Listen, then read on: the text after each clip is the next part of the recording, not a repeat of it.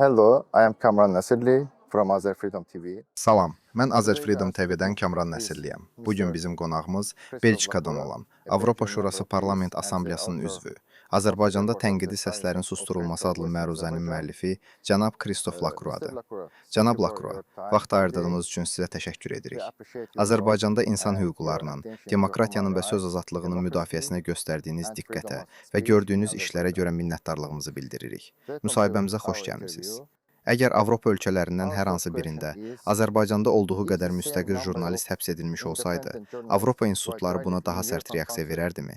Both Nə üçün European Azərbaycan institutions məsələsində were ikili more standartlar supportive. müşahidə olunur? Why are there double standards in the case of Azerbaijan? C'est la question qui est abordée dans ce rapport, c'est qu'effectivement, aujourd'hui, et je l'ai Məhz dit bu məruzədə qaldırılan əsas məsələlərdən biri də budur. Mən çıxışım zamanında qeyd etdim ki, bu gün biz faktiki olaraq totalitar dövlət, totalitar rejim və Prezident Əliyevin diktaturası ilə üz-üzəyik. Bu rejim ona qarşı çıxan bütün səsləri, o cümlədən müstəqil jurnalistləri həbs edir və susturur. Təəssüf ki, beynəlxalq və Avropa ictimaiyyəti səviyyəsində Avropa Şurası Parlament Assambleyasından başqa bu vəziyyətə kifayət qədər ciddi reaksiya verilmir. Bunun əsas səbəblərindən biri bəzi dairələrin Azərbaycanla mövcud münasibətləri qoruyub saxlamaq və qaz təchizatını davam etdirmək istəmələridir. Mən məruzəmdə məhz bu yanaşmanı tənqid edirəm. Çünki biz burada insan hüquqlarını müdafiə edən bir təşkilatdayıq. Biz ticarət təşkilatı deyilik.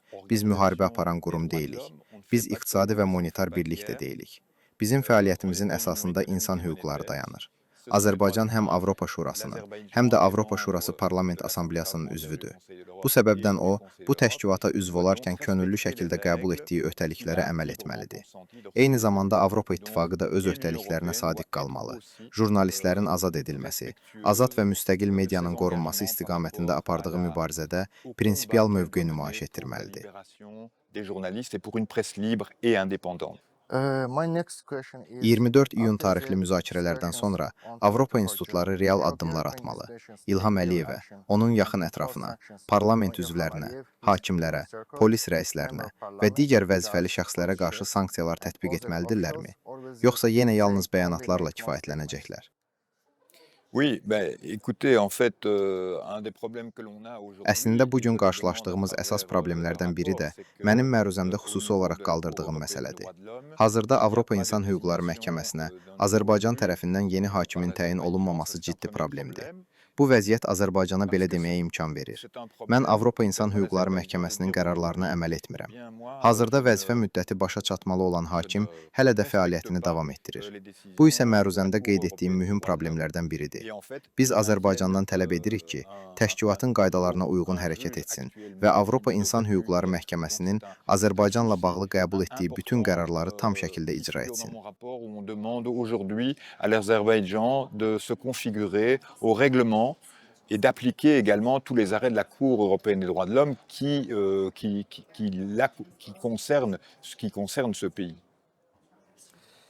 Could you also tell us if there is no real democracy Əgər in the Azərbaycanda legal path müxalifətin for the demokratik opposition to və come to hüquqi power yolla in hakimiyyətə Azerbaijan, gəlməsi üçün what real steps imkan can yoxdursa, the Avropa constitution Şurası to vəziyyəti change this dəyişmək situation? üçün hansı addımlar ata bilər? Alors là, c'est évidemment Bu ilk növbədə la voie yenidən du açmağa dialogue çalışdığımız que dialoq nous- yoludur. que nous Biz ouvrons Azərbaycandan à tələb nouveau. edirik Donc, ki, qoşulduğu on beynəlxalq demande sənədlər üzrə à üzərinə l'Azerbaïdjan götürdüyü de öhdəliklərə əməl respecter etsin. les Bu isə o textes deməkdir ki, auxquels siyasi il məhbuslar a azad donné edilməlidir. sa signature. Jurnalistlər azad Il faut edilməlidir. donc Hüququn libérer les aliliyi prisonniers bərpa olunmalıdır. politiques, il faut libérer les Azərbaycanda journalistes, demokratiya real il faut şəkildə həyata restaurer l'état de keçirilməlidir. droit Bütün et bunlar bizim üçün donc fundamental implémenter məsələlərdir. correctement Hazırki la məruzə démocratie Azərbaycanla en Azerbaïdjan. yenilənmiş, səmimi və konstruktiv fondamental dialoqun pour nous. başlanması Et üçün donc, yeni imkan yaradır.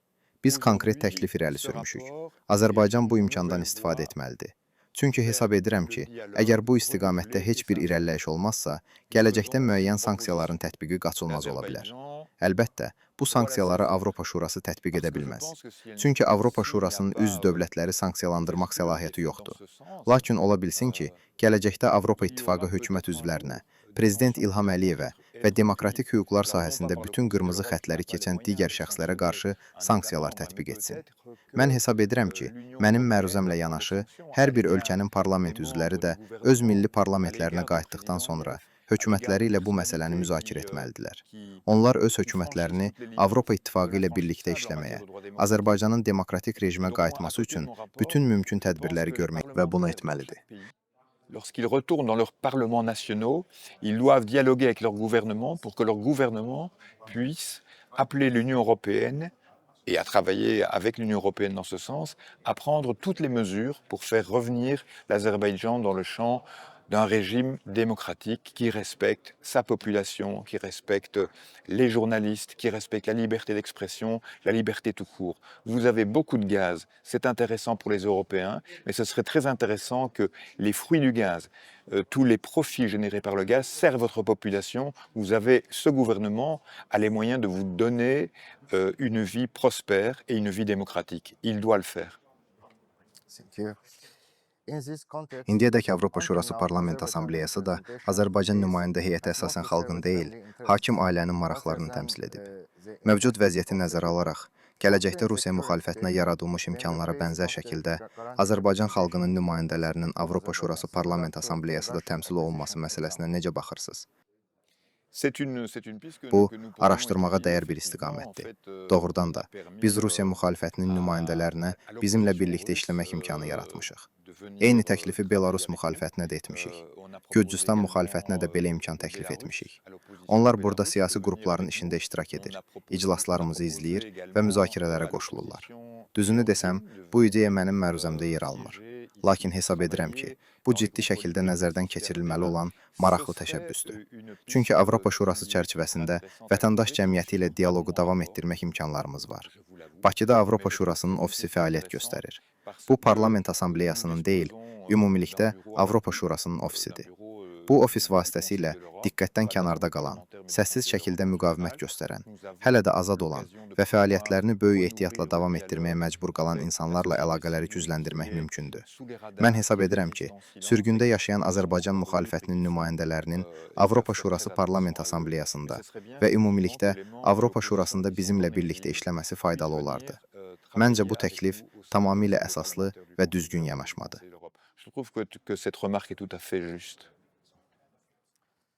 Azərbaycanla bağlı qərarlar qəbul edilərkən, Avropa üçün insan hüquqları həqiqətən əsas götürülür. Yoxsa əsas rolu Azərbaycanın neft və qazına olan ehtiyac oynayır. Əslində mən bu suala bir qədər əvvəl də toxundum. Bu müzakirələrdə mövcud olan müəyyən mənada ikiyüzlülükdür. Biz bunu bugün Parlament Assambleyasında keçirilən müzakirələr zamanında gördük. Xüsusilə Avroskeptiklər və Mühafizəkarlar qrupunun nümayəndəsi, əslində ifrat sağçı mövqeyi təmsil edən Ukrayna nümayəndəsi cənab Konsarenko çıxış edərək bildirdi ki, onların fikrincə Azərbaycanın Avropa Şurasında qalması vacibdir. O dedi ki, bu məruzənin məhz indi hazırlanması uyğun vaxt deyil. Çünki bunun ciddi iqtisadi nəticələri ola bilər. Onun argumenti neft və qaz idi. Mən hesab edirəm ki, bu yanaşma heyrət doğurur. Çünki bu yanaşma faktiki olaraq Vladimir Putinin Rusiyada qurduğu rejimə bənzər bir rejimə dözümlü yanaşmaq deməkdir. Məhz həmin rejim sonradan Rusiyanın Ukraynaya qarşı işğalını əsaslandırmaq üçün istifadə edilmişdi. Bu səbəbdən hesab edirəm ki, biz qazın qiyməti ilə insan qanının qiymətini bir-birindən ayırmalıyıq. Mənim üçün əsas olan insan qanının qiymətidir. Mən başa düşürəm ki, Avropanın iqtisadi inkişafı üçün enerji lazımdır. Mən başa düşürəm ki, müəssisələrimizin işləməsi üçün enerji tələb olunur. Mən başa düşürəm ki, Avropa vətəndaşlarının münasib qiymətə yanacaq və qaz əldə etməsi vacibdir. Bu baxımdan Azərbaycanın enerji resurslarına ehtiyac mövcuddur. Lakin bu, insan hüquqlarının sistemli şəkildə pozulmasına göz yummaq üçün əsas ola bilməz. Ona görə də hesab edirəm ki, enerji təchizatı ilə bağlı kommersiya sazişləri bağlanarkən, insan hüquqları sahəsində konkret irəliləyişlər də danışıqların ayrılmaz hissəsinə çevrilməlidir. Başqa sözlə, enerji sahəsində aparılan danışıqlar insan hüquqlarının yaxşılaşdırılması üçün də istifadə edilməlidir. En matière des droits de l'homme et donc profiter justement des négociations pour entamer ces débats. Avropa institutları sürgündə fəaliyyət göstərən Azərbaycan Xalq Parlamentinin sədri Namizəd Səfərovun, Azərbaycan Xalq Cəbhəsi Partiyasının sədri Əli Kərimlinin və müstəqil jurnalistlərin müdafiəsini və təhlükəsizliyini təmin etmək üçün hansı təsir mexanizmlərindən istifadə edə bilər? Ce rapport est une étape. C'est une étape qui objective la situation et qui cite notamment les personnes que vous avez nommées, qui cite les cas les plus graves, qui parle même de sévices sexuels vis-à-vis de femmes. Hazırladığım bu məruzə artıq bu istiqamətdə atılmış mühüm addımdır. Bu məruzə Azərbaycandakı vəziyyəti obyektiv şəkildə təsvir edir. Sizin adlarını çəkdiyiniz şəxslər də daxil olmaqla ən ağır hüquq pozuntularına məruz qalan insanların vəziyyətinə orada xüsusi yer ayrılıb. Məruzədə hətta həbsdə saxlanılan qadın jurnalistlərə qarşı törədilmiş cinsi zorakılıq və pis rəftar faktlarından da bəhs olunur. Buna görə də mən məruzəmdə Avropa Şurası Nazirlər Komitəsinin baş katibindən və ümumilikdə Avropa Şurasından tələb edirəm ki, Azərbaycandan ölkədə hüququn aliliyinin vəziyyəti barədə ətraflı hesabat təqdim etməsini istəsinlər. Bu ilk addımdır. İkinci mühüm məsələ isə ondan ibarətdir ki, biz Avropa Şurasının Nazirlər Komitəsinin diqqətini işgəncələrin qarşısının alınması üzrə komitənin Azərbaycan həbsxanaları ilə bağlı hesabatlarına yönəldirik. Bundan əlavə mənim məruzəmdə xüsusi olaraq qeyd olunur ki, Avropa İttifaqı, onun üzv dövlətləri, eləcə də Avropa Şurasına üzv ölkələr sürgündə yaşayan jurnalistlərin müdafiəsini təmin etməlidirlər. Bu o deməkdir ki, onların sığınacaq müraciətlərinə, beynəlxalq müdafiə tələblərinə müsbət yanaşılmalıdır.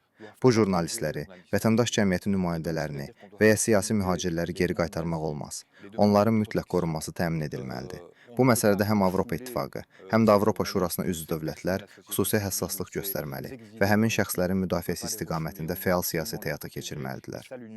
Les pays membres de l'Union européenne, les pays membres du Conseil de l'Europe doivent être très attentifs et avoir une politique volontariste de protection pour toutes ces personnes.